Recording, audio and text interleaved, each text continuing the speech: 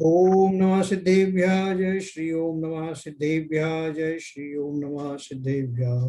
मंगलम भगवान वीरो मंगलम गौतमो गणी मंगलम कुंद कुंदाद्यो जयंकर घोषतु मंगलम सर्व मंगल मांगल्यम सर्व कल्याण कारकम प्रधानम सर्वधर्माणाम जैनम जयतु शासनम जयतु शासनम जैनम जयतु शासनम।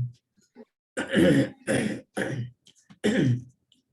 कल जो अपनी चर्चा चल रही थी उसमें जो ललित जी ने क्लास में एक स्टेटमेंट दिया था वो बिल्कुल सही था। मैंने दोबारा सुना उसको कि वो जो कह रहे थे कि कार्य परमात्मा वाली जो उपादान क्षणिक उपादान वाली पर्याय के आने के बाद क्योंकि पर्यायों को द्रव्य में निरंतर पुरुषार्थ चल ही रहा है तो उसका पुरुषार्थ के कारण जो अगली जो पर्याय आनी है वो कार्य परमात्मा की ही आनी है।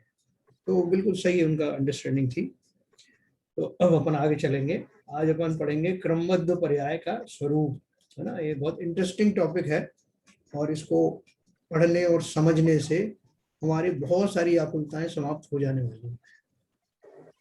तो देखिए इसमें पेज नंबर 129 पत्र क्रमांक 12 क्रमबद्ध पर्याय स्वरूप, इसका दूसरा वाला पैराग्राफ।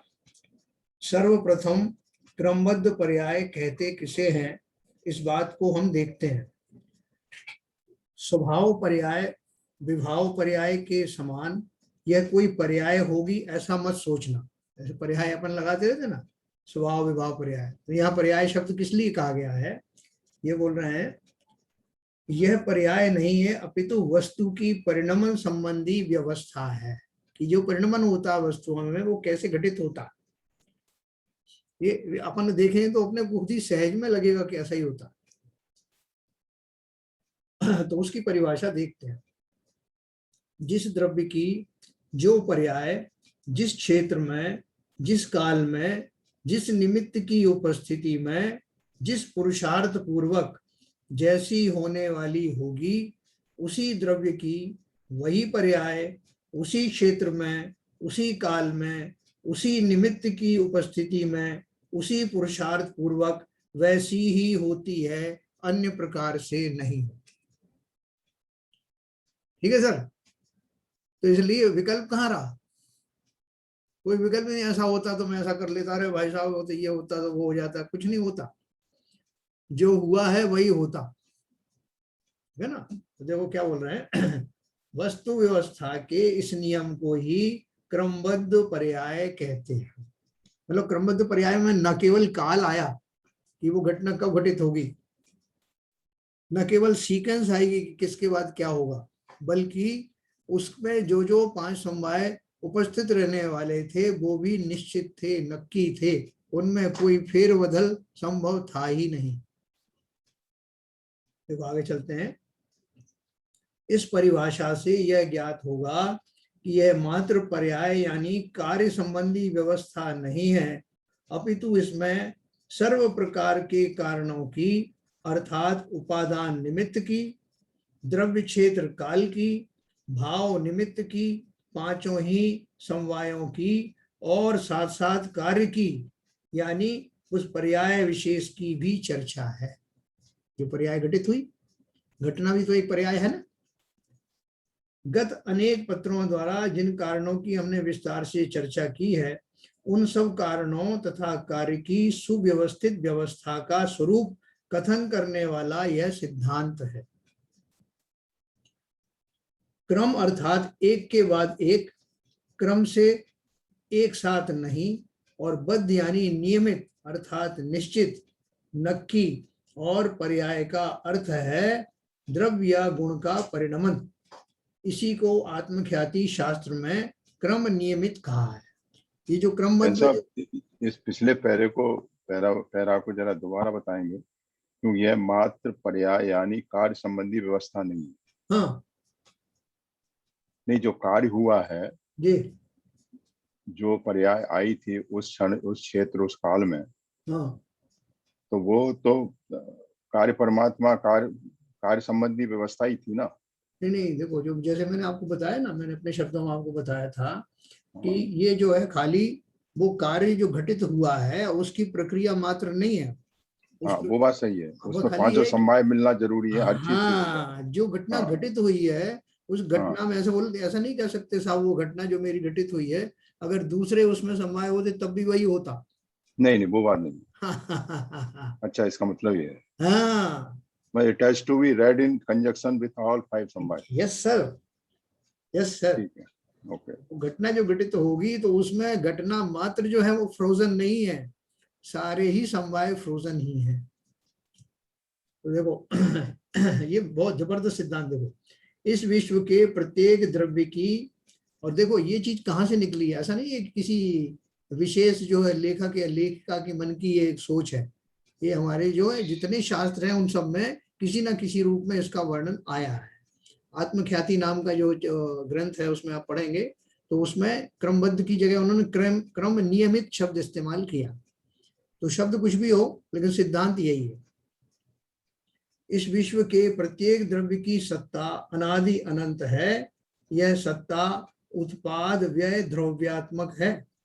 प्रत्येक समय में नवीन पर्याय का उत्पाद पूर्व पर्याय का व्यय होता रहता है और द्रव्य अपने स्वरूप से कायम रहता है। ये तो अपन पढ़ चुके सिद्धांत। यहाँ सवाल उठता है कि वस्तु के इस परिणमन संबंधी कुछ स्वभावगत नियम भी हैं या हम अपनी इच्छा अनुसार चाहे जैसा परिणमन कर सकते हैं। Good question.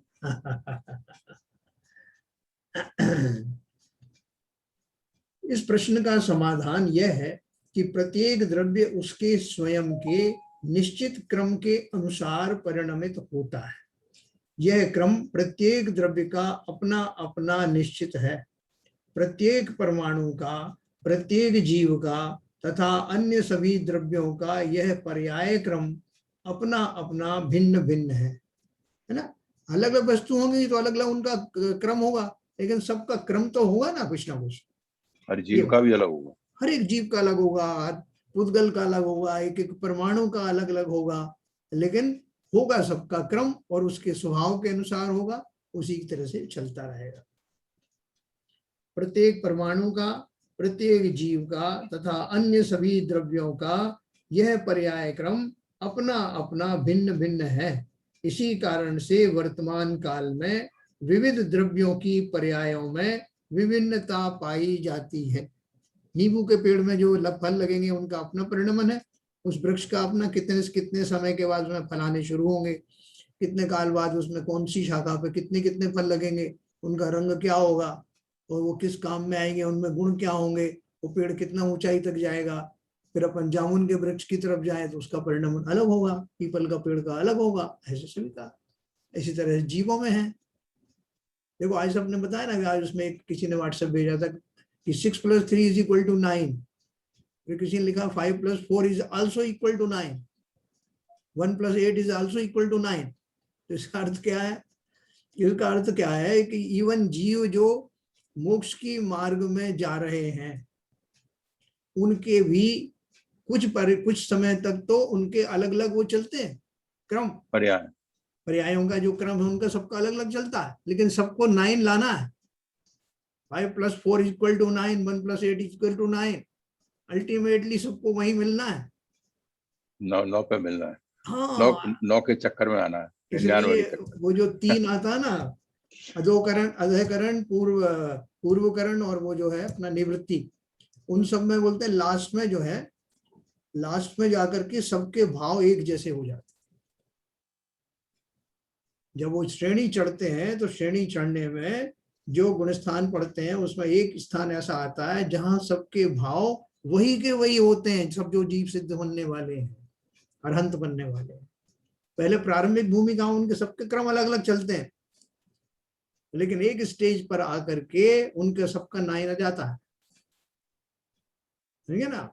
तो इसलिए कोई व्यक्ति अगर किसी तरह से समझ रहा है, कोई दूसरी तरह से समझ रहा है, तो आपको खेद खिन्न नहीं होना। कई बार अपन लौकिक में भी देखते हैं ना, जीवों को इस बात का बड़ा खुंदक आता है कि जैसा मैं सोच रहा हूँ वैसा ये क्यों नहीं सोच रहा। पहले से सोच लेते कि इसको ऐसे ही सोचना चाहिए। अरे भाई सबकी सोच अलग अलग है, सबके तरीके अलग अलग है, लेकिन अल्टीमेटली सबको जहां जाना है वो मंजिल सबकी एक सी होनी चाहिए, बस ये। तो ये बात कर रहे थे अपन प्रत्येक परमाणु का, है ना।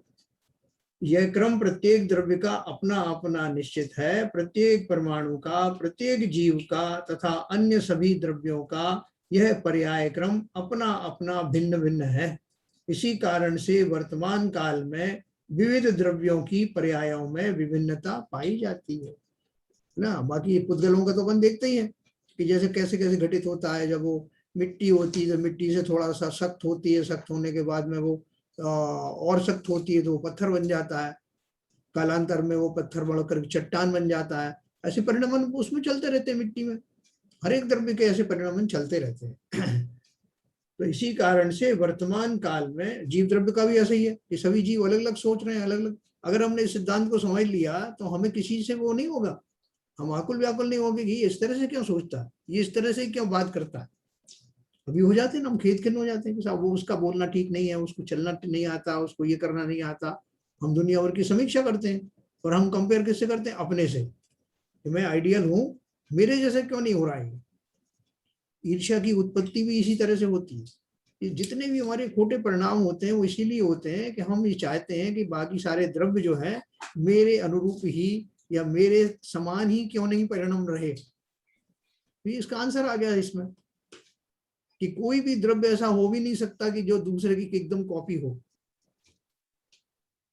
जीवों की ही बात लो, कोई एकेंद्रीय पर्याय में तो कोई द्वेंद्रीय पंचेंद्रीय पर्यंत, अन्य अन्य पर्यायों में तो अन्य अनंत जीव सिद्ध पर्याय में है। कोई सम्यक दर्शन प्राप्त करके अल्पकाल में ही मोक्ष अवस्था प्रकट करता है तो कोई कालांतर से मोक्ष अवस्था प्रकट करता है। कल अपन चर्चा कर रहे थे ना कि वो जो अंतर मुहूर्त का जो समय है केवल ज्ञान आने में, सबका अलग अलग समय में क्यों आता है ना। तो वो कोई कहीं से होके आ रहा है, वो कहीं से आ रहा है। किसी ने सम्यक दर्शन जो है नरकों में प्रकट किया है तो किसी ने स्वर्गों में किया है, किसी ने यहाँ किया, चारों गतियों में होता, और सबका अपना अपना जो चलता है अभी तक। कोई सम्यक दर्शन प्राप्त करके अल्पकाल में ही मोक्ष अवस्था प्रकट करता है तो कोई कालांतर से मोक्ष अवस्था प्रकट करता है। शरणिक राजा और चेलना रानी की कथा हम सब ने सुनी है। चेलना रानी सम्यक दृष्टि थी तो शरणिक राजा ग्रहित मिथ्यात्वी, ग्रहित मिथ्यात्वी क्यों कहा उनको, ये आप लोगों ने शरणिक चरित्र नहीं पढ़ा होगा। राजा शरणिक के बौद्ध धर्म के अनुयायी थे। बौद्ध धर्म के अनुयायी होने के कारण उनका जो है वो खोटे गुरुओं पर और खोटे उन पर शास्त्रों पर श्रद्धांत था। तो अपन ने ग्रहित मिथ्यात्व की परिभाषा क्या पढ़ी थी। एक अग्रहित मिथ्यात्व तो यह है कि हमको प्रारंभ से ही अनादिकाल से जो मिथ्या भाव चला आ रहा है वो हमारा अग्रहित मिथ्यात्व है, जो मैंने किसी से ग्रहण नहीं किया, मेरा जन्म जन्मांतर से चला आ रहा है। ग्रहित क्या है कि इस जन्म में इस पर्याय में आकर ऐसे खोटे गुरु आदि मिल गए हों तो उन्होंने और मेरी मदिरा पान और बढ़ा दिया, मेरा नशा और बढ़ा दिया हो। तो ऐसा ग्रहित मिथ्यात्व उनको था, क्योंकि वो जैन तो थे नहीं जन्म से। इसलिए उन्होंने कहा चेलना रानी सम्यक दृष्टि थी तो श्रेणिक राजा ग्रहित मिथ्यात्वी। यशोधर मुनि के गले में मरा हुआ सर्प डालने के परिणाम में उन्हें 7वें नरक का आयु बंद हुआ, ये अपन सब जानते हैं। जब दिगंबर मुनि का उपसर्ग जयी स्वरूप देखा, महावीर भगवान के समोशरण में जिन धर्म का और वस्तु स्वरूप का ज्ञान हुआ तब वे सम्यक दृष्टि हुए ना। ये प्रसिद्ध घटना है ना। उन्होंने शायिक सम्यक तो प्रकट किया, तो कोई बोले ना, तो कल अपन बात कर रहे थे ना शायिक सम्यक दृष्टि तुरंत हो गए होंगे, ऐसा नहीं है। वो पूरी प्रक्रिया बताई नहीं यहाँ पर, लेकिन वो रिजल्ट के बारे में बता रहे हैं कि फिर अल्टीमेटली उनका जो चिंतन इतना सुधरा कि वो शायिक सम्यक दृष्टि हो गए। इतना ही नहीं, तीर्थंकर प्रकृति का भी बंध प्रारंभ हो गया। तीर्थंकर प्रकृति का बंध कैसे होता है कि बताया था कि केवली और शुद्ध केवली के या तीर्थंकर के पादमूल में यानी उनके सानिध्य में करके वो जब क्षायोप सम्यक दृष्टि जीव विशेष प्रकार से अपने भावों की शुद्धि करता है तो उसको क्षायिक सम्यक दर्शन प्राप्त होता है।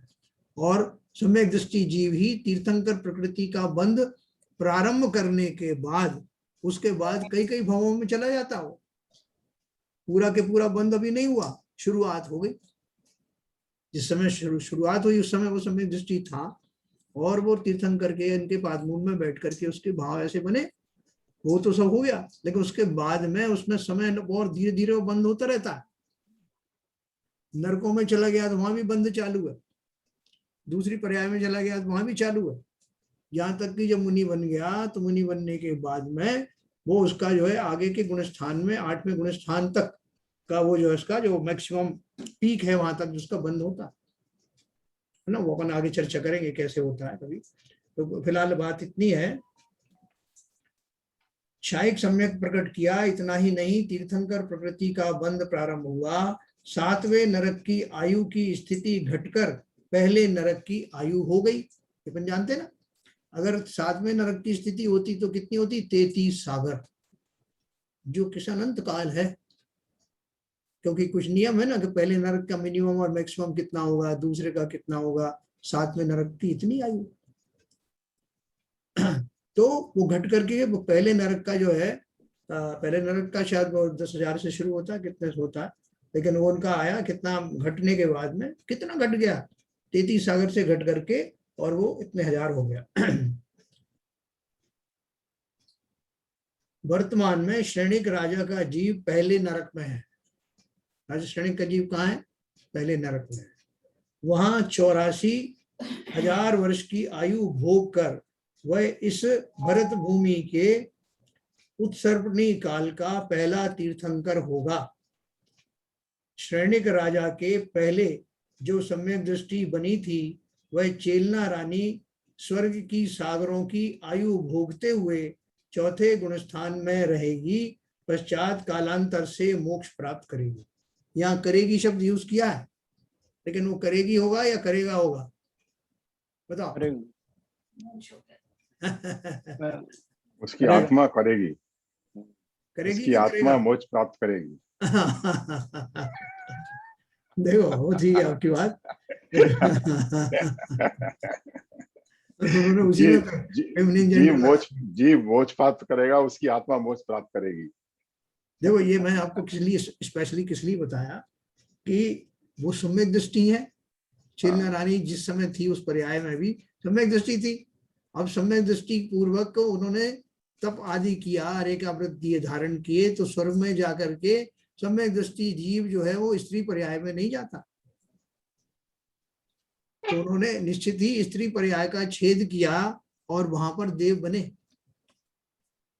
है जैसे सीता जी का जीव था ना, सम्यक दृष्टि था, तपस्या करके 16वें स्वर्ग में प्रत्येंद्र बना, है ना। तो ये भी हमारा देव बने और जो नियम से मोक्ष जाने वाले।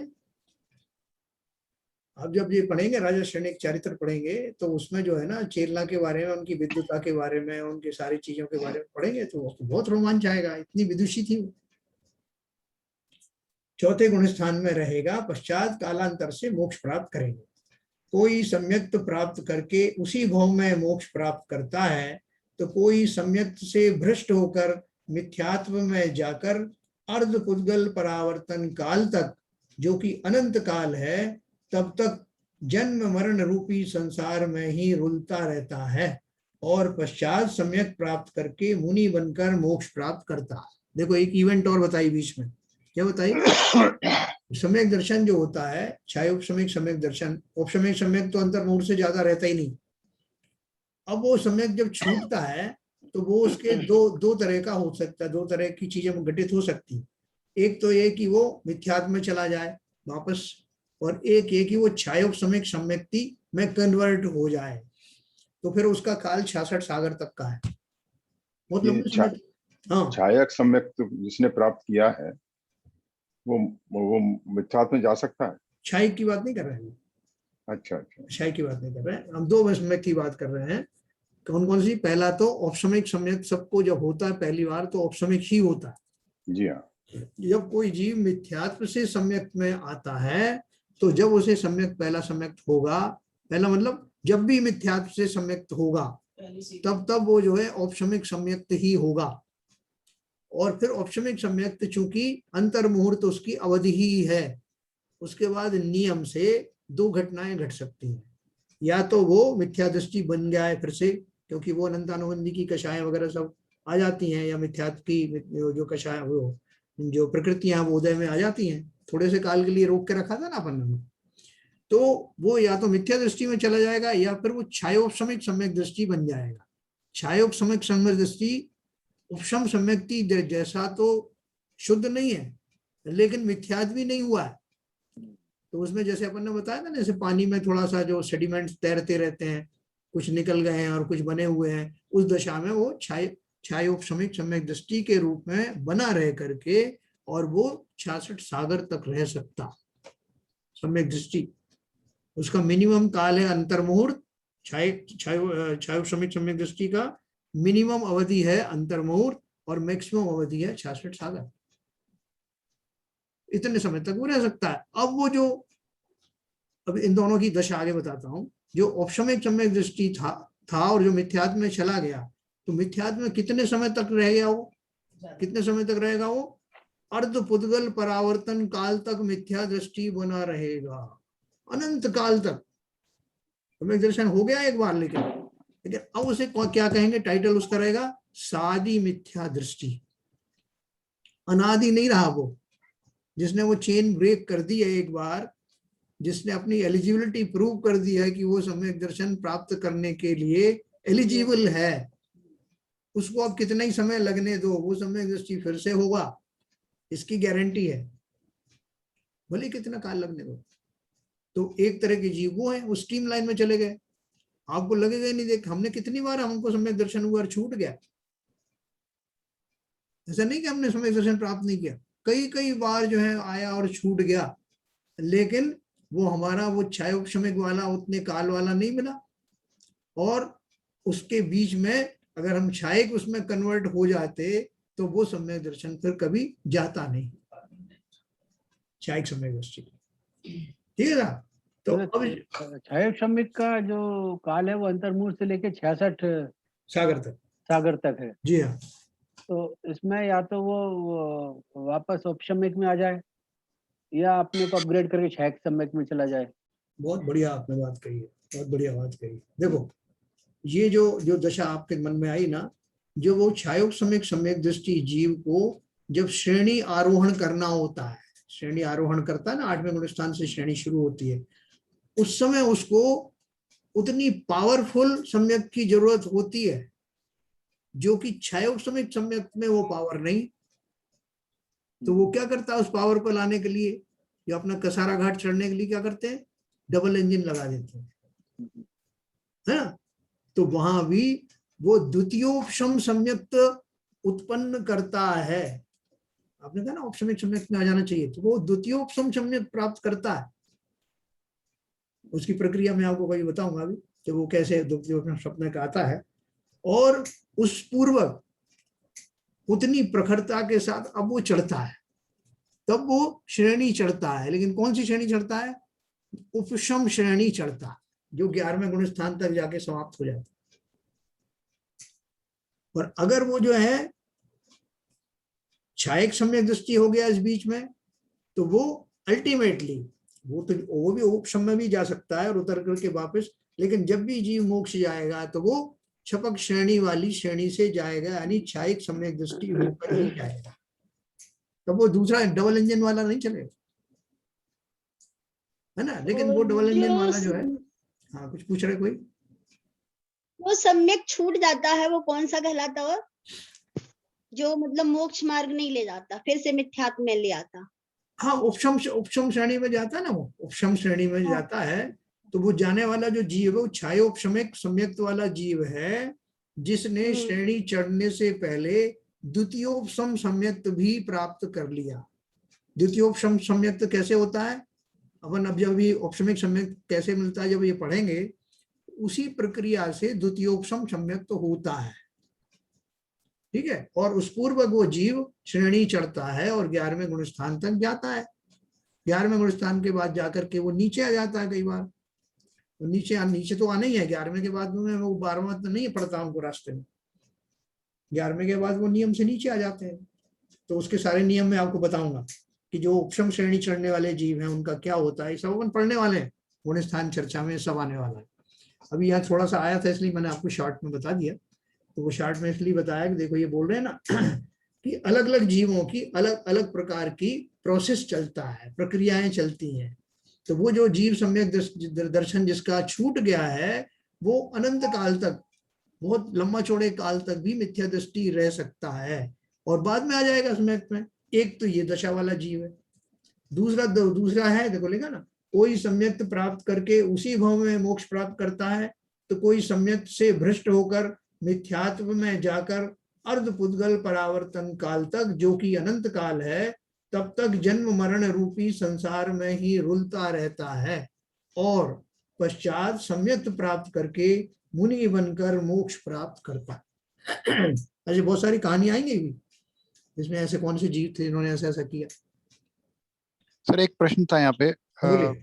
आपने अभी बोला कि हमने भी पूर्व जन्म में कभी ना कभी सम्यक प्राप्त किया है, तो मतलब ये सही है? 100% सही है, 100% सही है। और अभी मैं आपको आगे बताऊंगा कि कितनी बार जो पैदा होता है, कितनी बार छूटता है, हाउ फ्रीक्वेंटली। हमने ऑप्शमिक प्राप्त किया होगा एक्चुअली। ऑप्शमिक, बिल्कुल ऑप्शमिक। ऑप्शमिक तो ये मतलब हम सभी जो लोग सुन रहे हैं सभी के लिए एप्लीकेबल है या?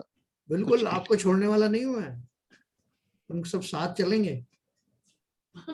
नहीं सर, ये बहुत बड़ा मतलब बहुत ही संतोष का मतलब बहुत अच्छा लग रहा है ये सुन के, क्योंकि अगर एक बार अगर ऑप्शमिक भी हो गया फिर तो कहीं ना कहीं तो ये गारंटी हो जाती है कि कभी ना कभी तो हम फ्यूचर में मोक्षगामी हैं। बिल्कुल सही कहा आपने, बिल्कुल जी। इसी आधार पर तो अपन बोल रहे हैं बार बार गारंटी से कि हम सब भव्य जीव हैं और अवश्य ही मोक्ष जाएंगे। अब कौन कब जाएगा इसका प्रोसेस चल रहा है, कि मतलब आगे पीछे तो हो सकते हैं, लेकिन सबका 8+1 = 9 हो, 6+3 = 9 हो, है ना, सबका 9 तो आने वाला है। ये प्रक्रिया भले ही आगे पीछे हो सकती है, हम सबको ये सब सम्यक जो है कई बार अनंत बार होता है और छूट जाता है। कितना फ्रीक्वेंटली होता है ये सब मैं आपको बताने वाला हूँ विस्तार से। और इसका जो प्रमाण ये है कि हम सबको जो अपने बारे में जानने की, आत्मा के बारे में जानने की जो तीव्र अभिरुचि है, वो इस बात का प्रमाण है कि हम सब अवश्य ही मोक्ष जाने वाले। तो इसलिए जैसे आप कह रहे हैं कि ये सुखद आश्चर्य हुआ, ये सुखद आश्चर्य की बात है। जो अपन आगे पढ़ेंगे और सिद्धांत समझ में आएगा, तो मोक्ष तो जब जाएंगे तब जाएंगे, इसी पर्याय में हम सुखी होना शुरू हो जाएंगे। जो अनंत जीव हैं संसार में, जो अलग अलग कैटेगरी से दुखी सुखी हो रहे हैं, उन सब में हमारा जो दुख का लेवल होगा उन जैसा नहीं होगा। सम्यक दर्शन तो अभी भले ही नहीं हुआ हो, लेकिन हमें वो सब आभास उसी तरह का, उसी जाति के सुखद अनुभव होने शुरू हो जाएंगे। आप सिद्धांत समझेंगे तो आपको बहुत अच्छा लगेगा और बहुत विश्वास होगा। ये मैं आपसे इतने विश्वास वाली बात कर रहा हूँ, विश्वास पूर्वक, ही ऐसे नहीं बोल रहा हूँ, ये आगम के अनुसार बोल रहा हूँ, ये मेरी बनाई हुई बात नहीं है। चलो अपन आगे चलते हैं। तो कोई सम्यक प्राप्त करके उसी भाव में मोक्ष प्राप्त करता है, तो कोई सम्यक से भ्रष्ट होकर मिथ्यात्व में जाकर अर्धपुद्गल परावर्तन काल तक, जो कि अनंत काल है, तब तक जन्म मरण रूपी संसार में ही रुलता रहता है और पश्चात सम्यक प्राप्त करके मुनि बनकर मोक्ष प्राप्त करता है। मुनि भी हम पहले कई बार मुनि बने लेकिन क्या हुआ कि जो हमारा जिस काल में हम मुनि बने, हमारा सम्यक जो है उससे पहले छूट गया या उसके बीच में छूट गया, तो हमारा कार्य पूरा नहीं हुआ। तो इसलिए वो कैसा समय होगा जब हम मोक्ष जाने योग्य पुरुषार्थ करेंगे, इस सब की चर्चा अपन करेंगे। जीवों के बाह्य आचरण तथा राग भावों में भी विविधता पाई जाती है ना। बाह्य आचरण सबके अलग अलग है। किसी के बाह्य आचरण की ओर देखकर वह अविरत सम्यक्ति है या नहीं, इसकी पहचान नहीं हो सकती। भरत चक्रवर्ती शायक सम्यक दृष्टि तद्भव मोक्षगामी थे, फिर भी आदिनाथ भगवान के समो शरण में उनकी दिव्य ध्वनि सुनना छोड़कर 60,000 वर्षों तक 6 खंड जीतने के लिए गए थे। हैं? क्या बात बताई उन्होंने। इतनी क्षायिक सम्यक दृष्टि जिनकी अपन प्रशंसा बहुत करते हैं हर समय, कि भरत तो जो है घर में ही बैरागी थे, तो जिस समय उनको जो सम्यक दर्शन तो था ही उनको, क्षायिक सम्यक दृष्टि से उसी भाव से मोक्ष जाने वाले थे। लेकिन अब उनके सामने 3 समाचार आए। क्या समाचार आए कि उनकी आयुधशाला में चक्र रत्न उत्पन्न हुआ और रनिवास में पुत्र रत्न उत्पन्न हुआ और ठीक उसी समय आदिनाथ भगवान को केवल ज्ञान हुआ। अब 3 खुशखबरियां थी, तो पहले कहाँ जाएं, किसको अटेंड करें, ये निर्णय उनको लेना था। तो उन्होंने क्या निर्णय लिया, शास्त्रों में बड़े अच्छे से, कोई ने बड़े रोचक ढंग से इनकी कहानियां बनाई। तो एक ने लिखा कि वो बड़े अभागे थे। वो किस तरह से अभागे थे, तो बोले कि उन्होंने, वो गए तो सबसे पहले वहां पर आदिनाथ भगवान के पास ही गए। उन 3 में से, चॉइस में से उन्होंने सबसे पहले आदिनाथ भगवान का केवल ज्ञान कल्याणक को अटेंड किया। उसके बाद उन्होंने अपना पुत्र को संभाला होगा, और फिर तीसरा उन्होंने क्या किया कि चक्र उठाया अपने, चक्र लेकर के और चल दिए दिग्विजय के लिए। और वो 6 खंड में जाने के लिए पहले जैसे वो तो थे ही नहीं, हवाई जहाज और इस तरह की चीजें नहीं थी, तो और उनको तो जाना पैदल ही था। सबको पूरा जो है रैली करनी थी ना, रैली करते जैसे आजकल, वो करते हुए गए।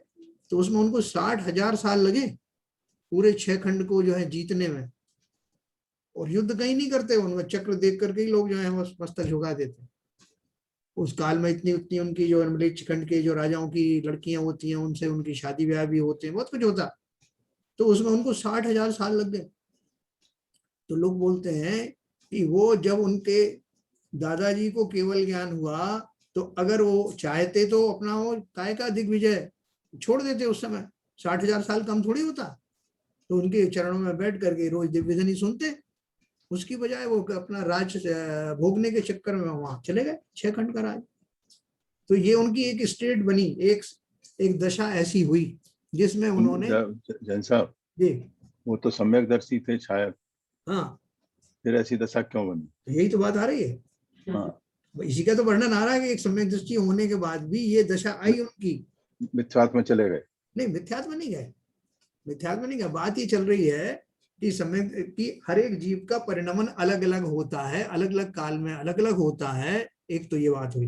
दूसरी बात ये कि उनके बाह्य आचरण देख करके उसकी अंतरदशा का हम पता नहीं लगा सकते।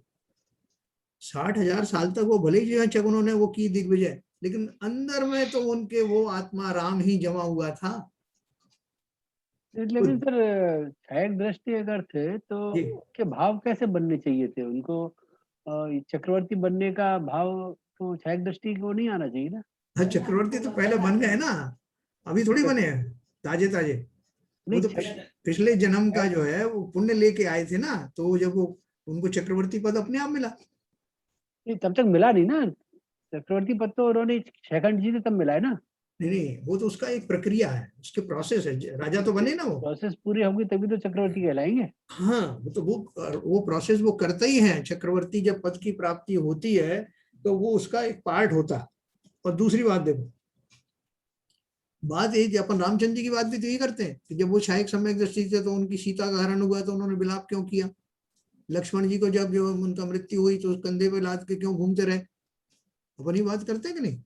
तो उसी तरह से ये संसार के जीवों की विचित्र घटनाएं होती हैं, और इसमें 2 गुण होते हैं अलग अलग।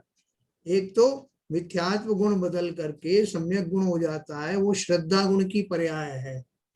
लेकिन चारित्र गुण अभी जो है वो आया नहीं है, सम्यक चारित्र अभी आया नहीं है। और ये सब जो विभाव भाव हैं, जो कषाय हैं, इस तरह के कार्य हैं, वो सब चारित्र गुण के अंतर्गत आते हैं।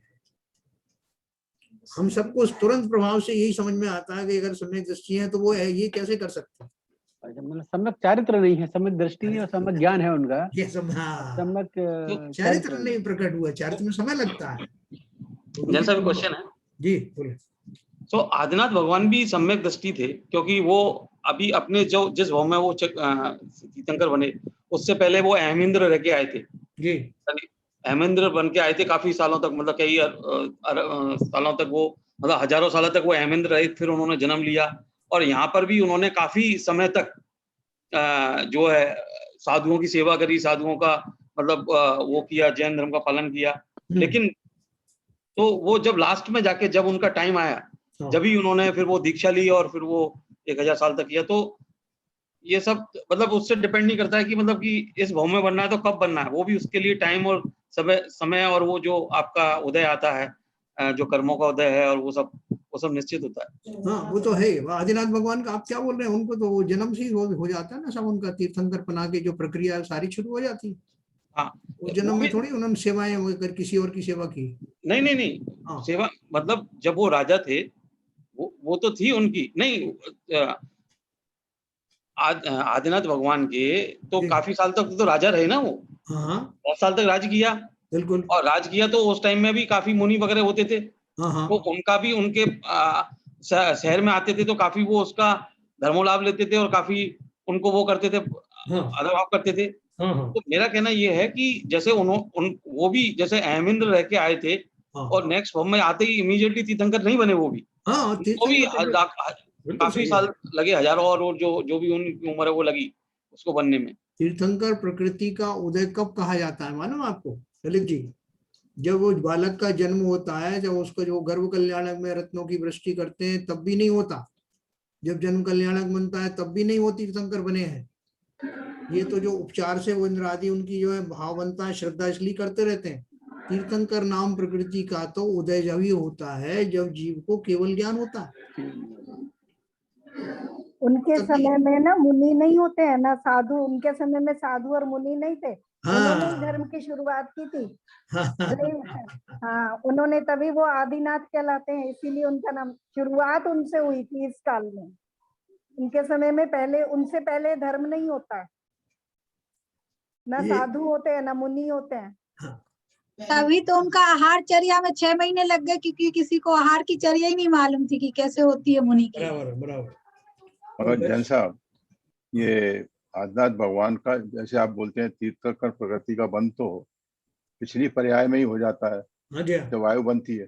हाँ जब आयु बनती है अगली, हाँ तो उस समय ही तीर्थंकर प्रवृत्ति का बंद हो जाता है। हाँ। आप कह रहे हैं कि जब केवल ज्ञान होता है तब तीर्थंकर प्रवृत्ति का बंद होता है। उदय उदय बोला है मैंने, बंद अच्छा, नहीं उदय बोला, उदय उदय।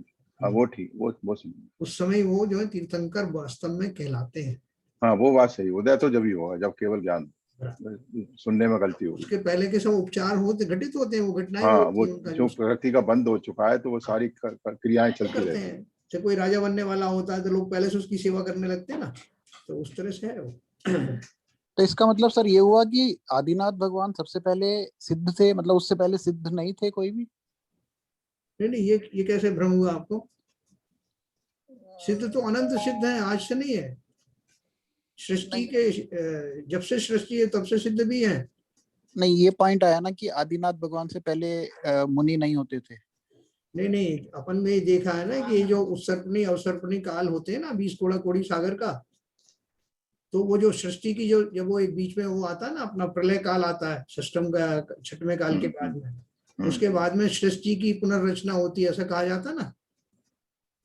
पुनर्रचना होती है उसका अर्थ क्या, वो 72 जोड़ों को जो है वो विचार पर्वत की गुफाओं में वो रख देते ना देवलोग, बाद में वहां से सृष्टि फिर से शुरू होती है कर्म भूमियों में, सब जगह नहीं, वो कर्म भूमियों में, भरत क्षेत्र में, ऐरावत क्षेत्र में, वो है ना तीसरे काल में। तो वो जब तीसरा काल जब जो आरंभ हुआ तो तीसरे काल से वो सब उस तरह की धर्म की प्रभावना आदि शुरू होती है।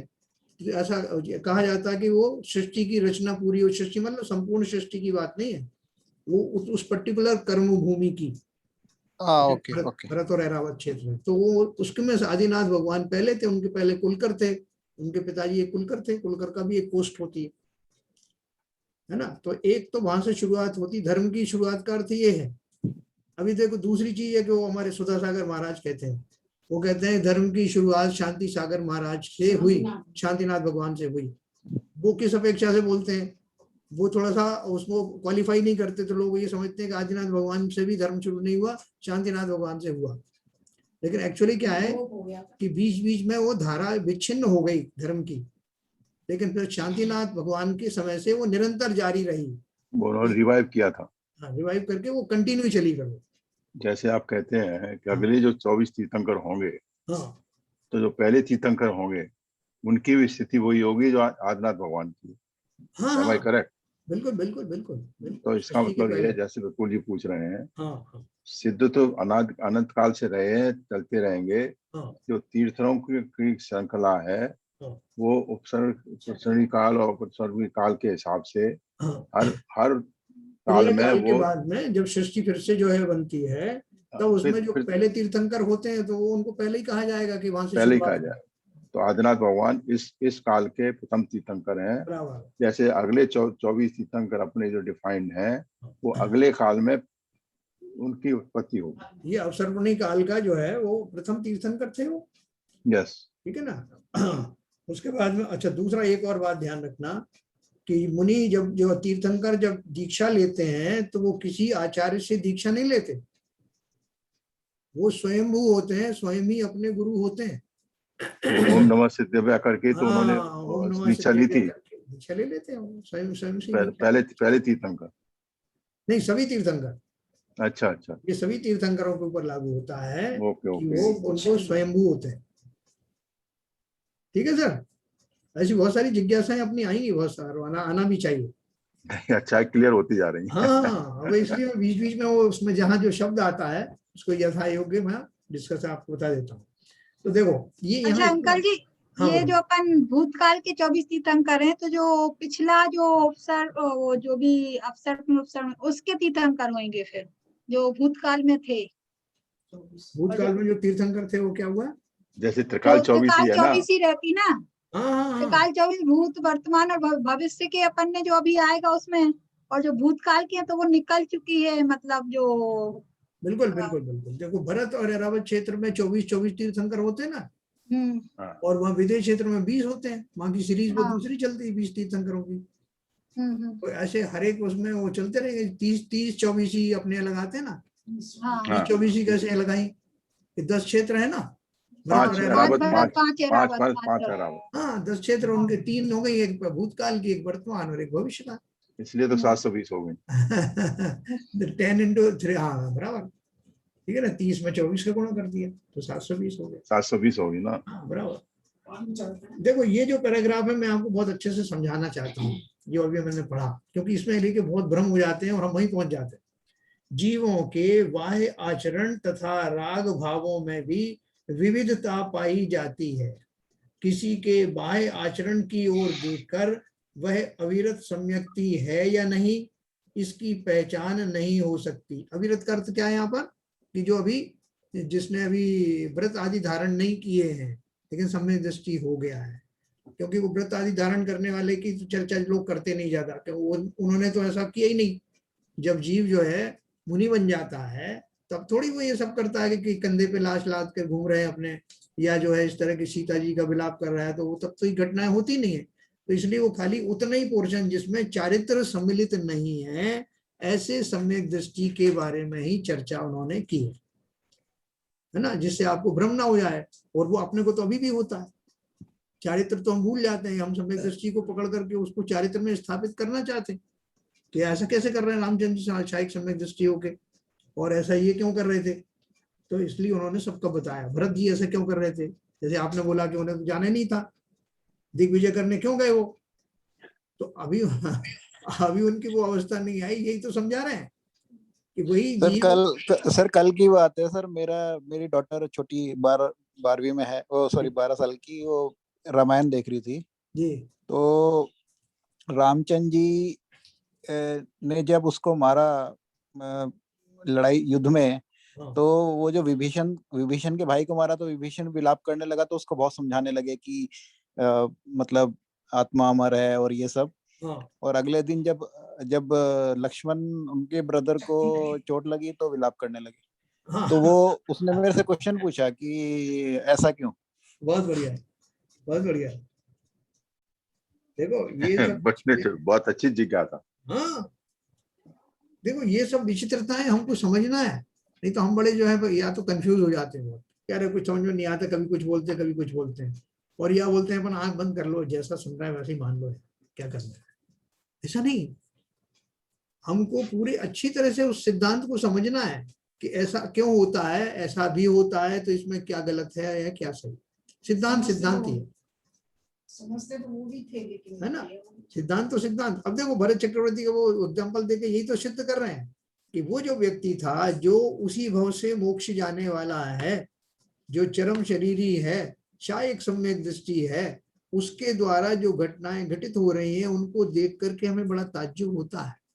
लेकिन ऐसा प्रकृति में पाया जाता है, इसमें कोई अचरज की बात नहीं है, क्योंकि उनकी अंदर की जो दशा है वो दशा हम आकलन नहीं कर सकते। उनको क्रोध भी आएगा, क्रोध आया ना बाहुबली से जब उनका जो युद्ध हुआ, तो बिना क्रोध के थोड़ी युद्ध होता। तो उन बोलते यार इतने क्षायिक सम्यक दृष्टि और वो इनको अपने भाई के ऊपर ही चक्र चला दिया, और आप बोलते हो उनको क्रोध नहीं आया। तो क्रोध तो आया ना, तो बिल्कुल क्रोध आया। लेकिन उनका क्रोध की किस्म कौन सी थी? उनकी कषायें की सभी कषायें थी। कौन सी कषायें थी उनकी? अनंतानुबंधी नहीं थी। अभी हम जब तक उस रहस्य को नहीं समझेंगे तब तो कषाय कषाय सब एक जैसी। वो जो उनकी उस जाति की कषाय नहीं थी, जैसी कि जो पत्थर पे खींचने वाली लकीर की तरह, जो कभी बंद नहीं होने वाली, मिटने वाली नहीं, उस तरह का क्रोध आदि नहीं था उनका, है ना। जो हम उस चीज को समझ नहीं पाते कि उस समय भी उनके अंदर, अब जो लक्ष्मण जो सीता जी के प्रति विलाप किया रामचंद्र जी ने, और अपन जब उसका वर्णन पढ़ते हैं शास्त्रों में, तो अपन को लगता है कि इनसे तो दुखी हम कम होते उनके मुकाबले, जितने वो दुखी दिखाए गए। लेकिन हमारी और उनकी अंदर की दशा हम नहीं जान सकते। तो सम्यक दृष्टि जानेगा, ये केवल ज्ञानी जानेगा कि उस समय उनकी कैसे जो है अंदर अंदर में भाव कैसे चलते। तो इसलिए उनमें डिफरेंस आता है। तो वो ये बताने की कोशिश कर रहे हैं वहां पे कि देखो, छायक सम्यक थी भरत चक्रवर्ती, छायक सम्यक दृष्टि तदो मोक्षगामी थे। सब रामचंद्र जी के लिए हिसाब से, तो ऐसा थोड़ी ना होगा कि वो दिखाते समय तो लोगों को ज्यादा दुखी दिख रहे हैं और वैसे अंदर से दुखी नहीं है। नहीं देखो, वो कषायों की तीव्रता और उसकी टाइप क्वालिटी दोनों में फर्क होता है। जो अंदर के जो, नहीं तो अलग अलग जो उनको आप प्रकार कैसे बताते? अनंतानंदी कषाय ये होती है, प्रत्यक्षानावर्णी अप्रत्यक्षानावर्णी ऐसी होती है, आप कैसे बताते? जैसा हमें तो रोज ऐसे ही दिख रहे हैं बिलकते हुए, और जो बिल्कुल सुबह रहे होंगे तो हम मान लेंगे इनकी अनंतानुबंधी चली गई है। तो जो दहाड़े मार के रो रहे हैं वो ही है अनंतानुबंधी वाला। ये उसकी चिन्ह नहीं है। हम लोग भाषा में समझते, ये आर्टिस्टिक थोड़ा ही है उसका। हाँ, हम लोग नहीं समझते। तो कोई बिल्कुल जो है आप देखो कि उसकी आंखों से आंसू नहीं आ रहे और अंदर अंदर डूब रहा बहुत बुरी तरह से, बल्कि इनको हार्ट अटैक हो जाता है बहुतों का। तो नहीं तो इसलिए तो कहते हैं आंसू निकालो इनके।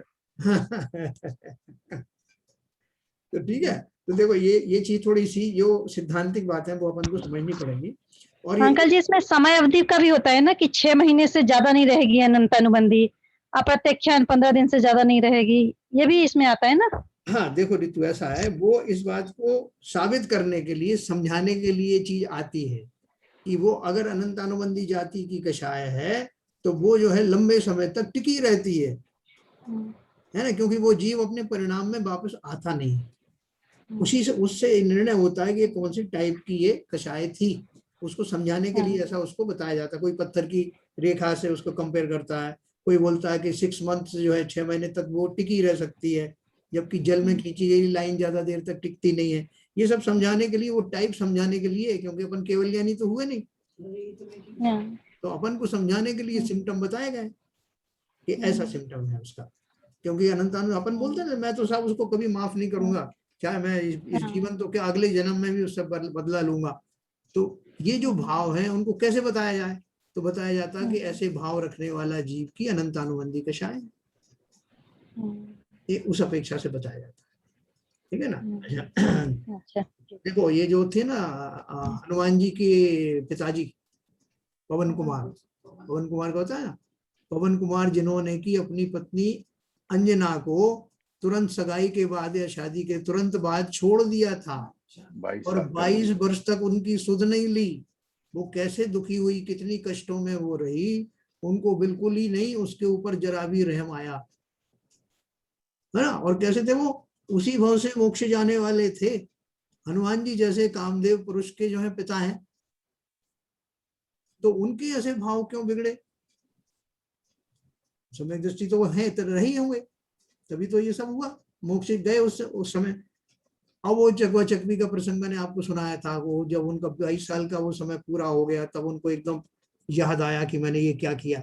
ऐसे सभी महापुरुषों के जीवन में ऐसा घटित होता है कि वो सम्यक दृष्टि होते हुए भी अभी उन्होंने विधिवत ना तो वैसे चारित्र संबंधी व्रत संयम ग्रहण किए, ना ही उस दिशा में जाते हुए दिखाई दिए, लेकिन अचानक से जब काल लब्धि आई तब वो आपको दिखेंगे कि अरे ये तो वहां चले गए। जब तक बाहुबली स्वामी से युद्ध हुआ भरत चक्रवर्ती का, तब तक हमारे हीरो थे बाहुबली। हम सब भरत जी को कोसते थे, अच्छा रहा बाहुबली ने हरा दिया, जीत गया हमारा हीरो।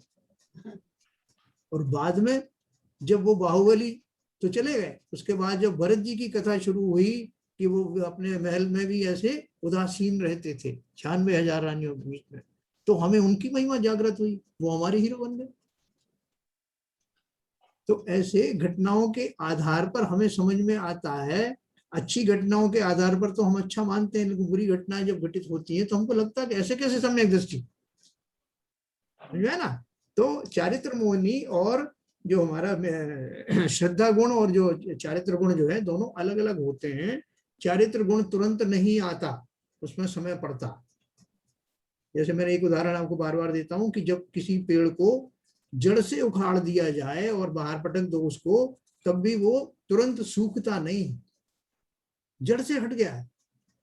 मतलब जिस जीव को सम्यक दर्शन हो गया और वो भी क्षयिक सम्यक दर्शन हो गया, उसकी तो जड़ें कट गई ना संसार की, वो संसार से निवृत्त 100% हो जाने वाला है, लेकिन अभी वो पत्ते हरे हैं, अर्थात अभी चारित्र संबंधी दोष बाकी हैं, 3 चौकड़ी अभी भी बाकी है। ये सब सिद्धांत अपन को समझना पड़ेगा, इसमें कहीं कोई भ्रम वाली बात नहीं है। जब तक पूरा पेड़ सूख नहीं जाएगा तब तक पत्तियां हरी रहेंगी। हाँ, ये थोड़ी कबर में खड़े खड़े देखते रहेंगे पत्ते सूखे कि नहीं साहब, ये कह तो रहे हैं कि साहब सूख जाएंगे, अब जब तक सूखेंगे नहीं मैं घर नहीं जाऊंगा, है मैं देख के जाऊंगा कि ये वास्तव में सम्यक दृष्टि थे कि नहीं।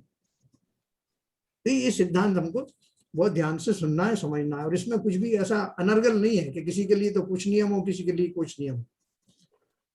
तो देखो हमारे पास 5 मिनट है। तो जीवों के बाह्य आचरण तथा राग भावों में भी विविधता पाई जाती है। किसी के बाह्य आचरण की ओर देखकर वह अविरत सम्यक्ति है या नहीं, इसकी पहचान नहीं हो सकती।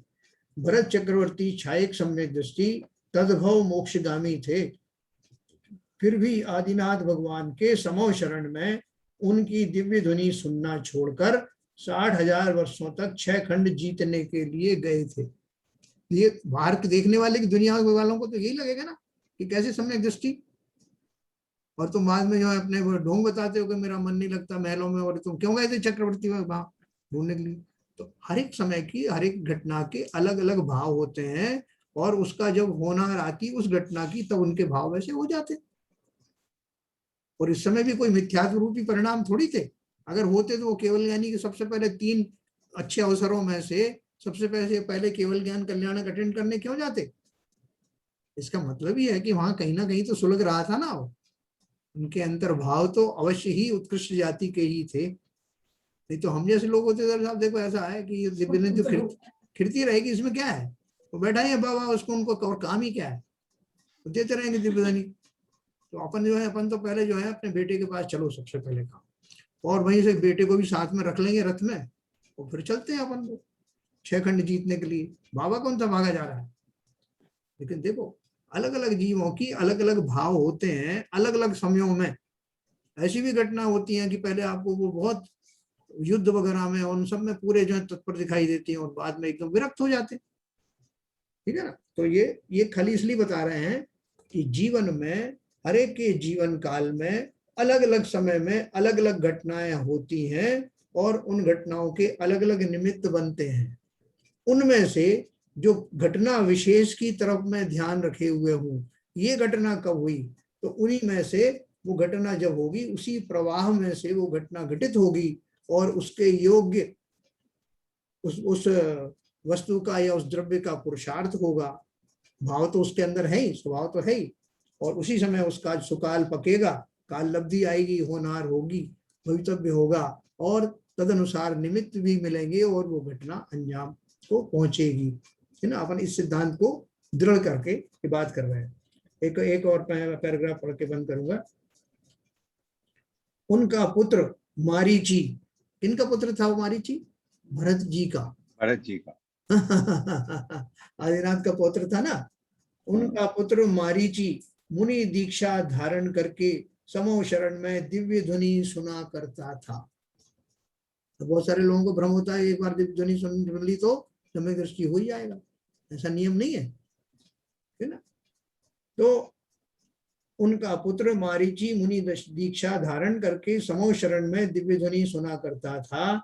सम्यक के बिना भ्रष्ट होकर लगभग 1 कोड़ा कोड़ी सागर वर्षों तक भव भ्रमण करके सिंह की पर्याय में उसने सम्यक प्राप्त किया। कितने भाव धारण किए, क्या सोच करके आए थे वहां से? बाबा ने कहा कि 24 में तीर्थंकर बनोगे, और उनको क्या पड़ी थी कि मैं अभी बन के दिखाता।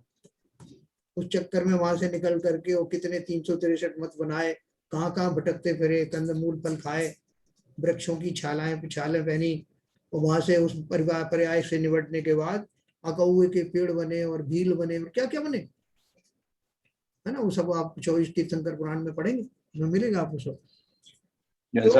हाँ। पीछे ले जाना चाहूंगा, ये आपने बताया कि पहली प्रतिमा जो धारी होते हैं वो सम्यक दृष्टि होते हैं। सम्यक दर्शन के बाद ही प्रतिमा धारण होती है। हाँ, सम्यक दर्शन के बाद ही प्रतिमा धारण होती है। तो जब सम्यक दर्शन के बाद ही प्रतिमा धारण होती है तो मारीच ने मुनि दीक्षा कैसे ली? हाँ, ये बहुत अच्छा आपने प्रश्न किया।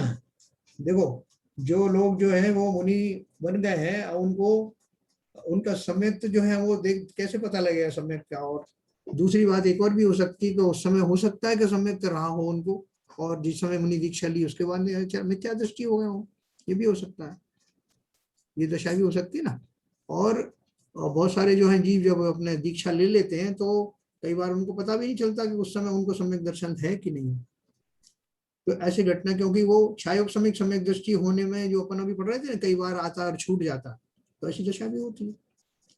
लेकिन उस समय जो है उनको, जिस समय उन्होंने ये निर्णय लिया कि मैं बन के दिखाऊंगा कि मैं पहला तीर्थंकर अभी कभी बनता हूँ तीर्थंकर, जिस समय ऐसे भाव थे तो उस समय वो मिथ्या दृष्टि ही थे, मिथ्या दृष्टि कन्वर्ट हो गए। हाँ, कन्वर्ट हो गए। ठीक है। तो उनका पुत्र मारीची मुनि दीक्षा धारण करके समो शरण में दिव्य ध्वनि सुना करता था। सम्यक के बिना भ्रष्ट होकर लगभग 1 कोड़ा कोड़ी सागर वर्षों तक भव भ्रमण करके सिंह की पर्याय में उसने सम्यक प्राप्त किया।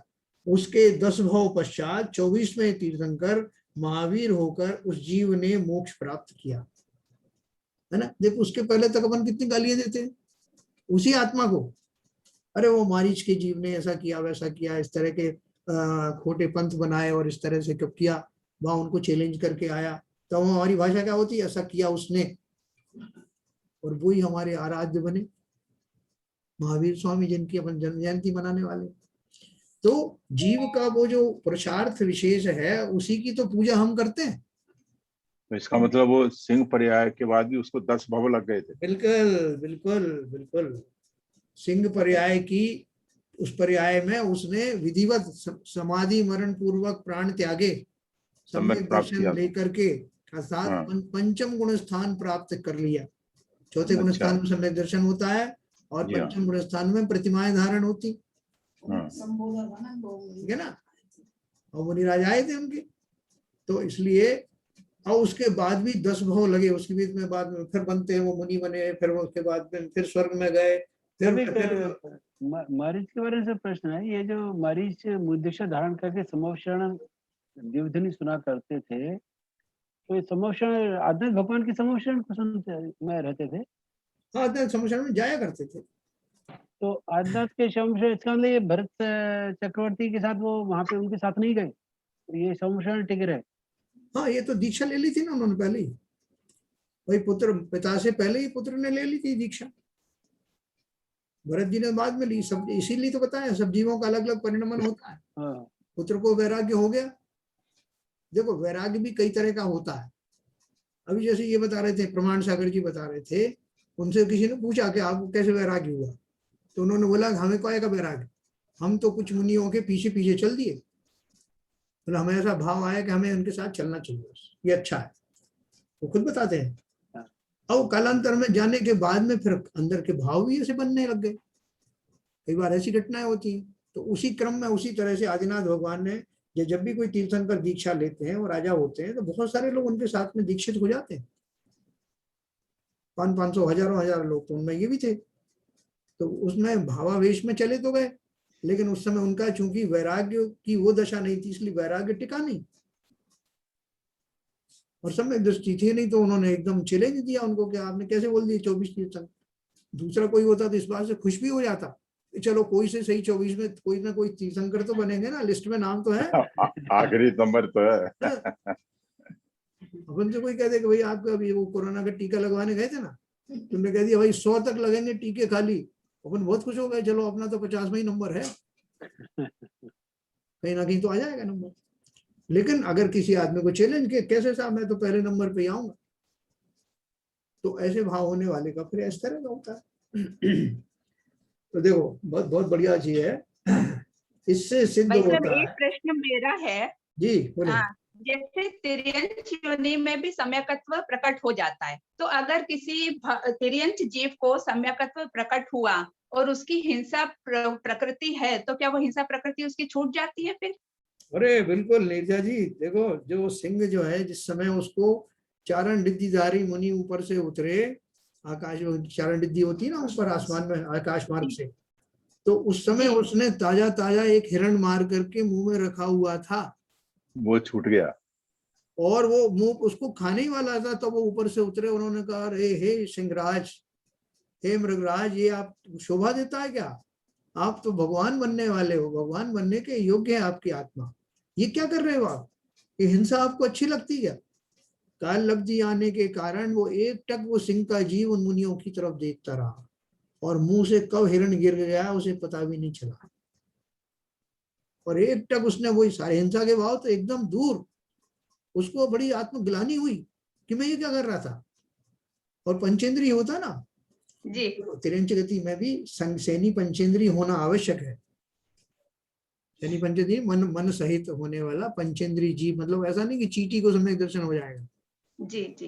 तो वो था, तो उसको तुरंत प्रभाव से उनके हिंसा के भाव समाप्त हो गए। उसके बाद समाधि मरण लिया उन्होंने कि मैं अब कुछ खाऊंगा ही नहीं, क्योंकि उस पर्याय में वो घास तो खा नहीं सकते जी, और हिंसा करने का उन्होंने संकल्प ले लिया, हिंसा नहीं करना है।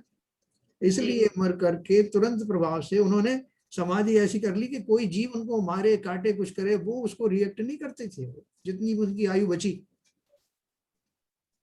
और इसलिए उनका पंचम गुण स्थान उन्होंने संयम पूर्वक जो है विदेह को त्यागा, और उनकी वो श्रृंखला जो संसार की थी वो टूट गई। उसके बाद तो स्वर्ग में जाते थे, मनुष्य बनते थे, फिर स्वर्ग में जाते थे, फिर मनुष्य बनते थे, ऐसे 10 भाव निकले। ठीक है नीरा जी? जी जी, थैंक यू। अपना भी सम्यकत्व प्रकट हो जाए, अब बहुत हो गया।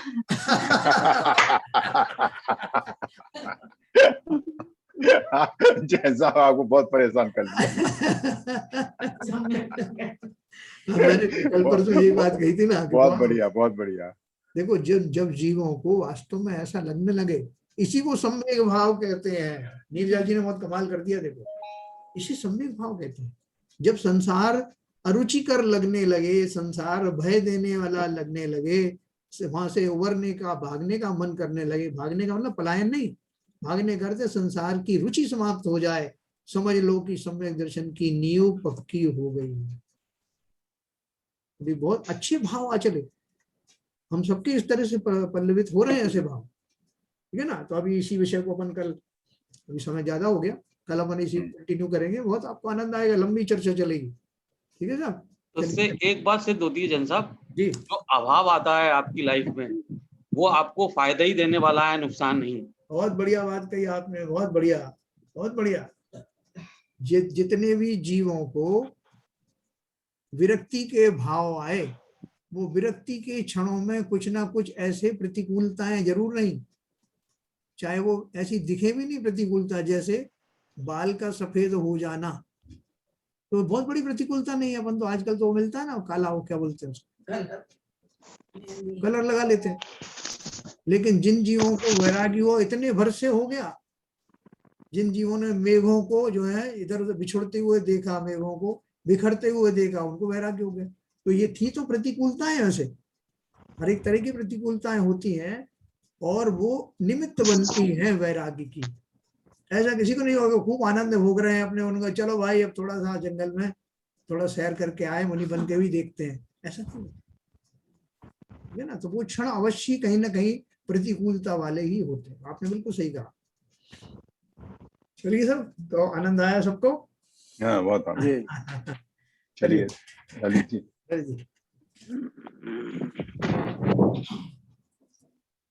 नित्यतम नाश वे को ज्ञान के प्रकाश वे को आपा पर भास वे को भानु की बखानी है। द्रव्य जान वे को बंध विधि भान वे को स्वपर पिछान वे को परम प्रमाणी है। अनुभव बताए वे को जीव के जताए वे को काहू न सताए वे को भवे और आनी है। जहाँ तहाँ तार वे को पार के उतार वे को सुख विस्तार वे को यही जिन वाणी है। हे जिन वाणी भारती तो है जपू दिन रहे, जो तेरी शरण गए सो पावे सुख चैन।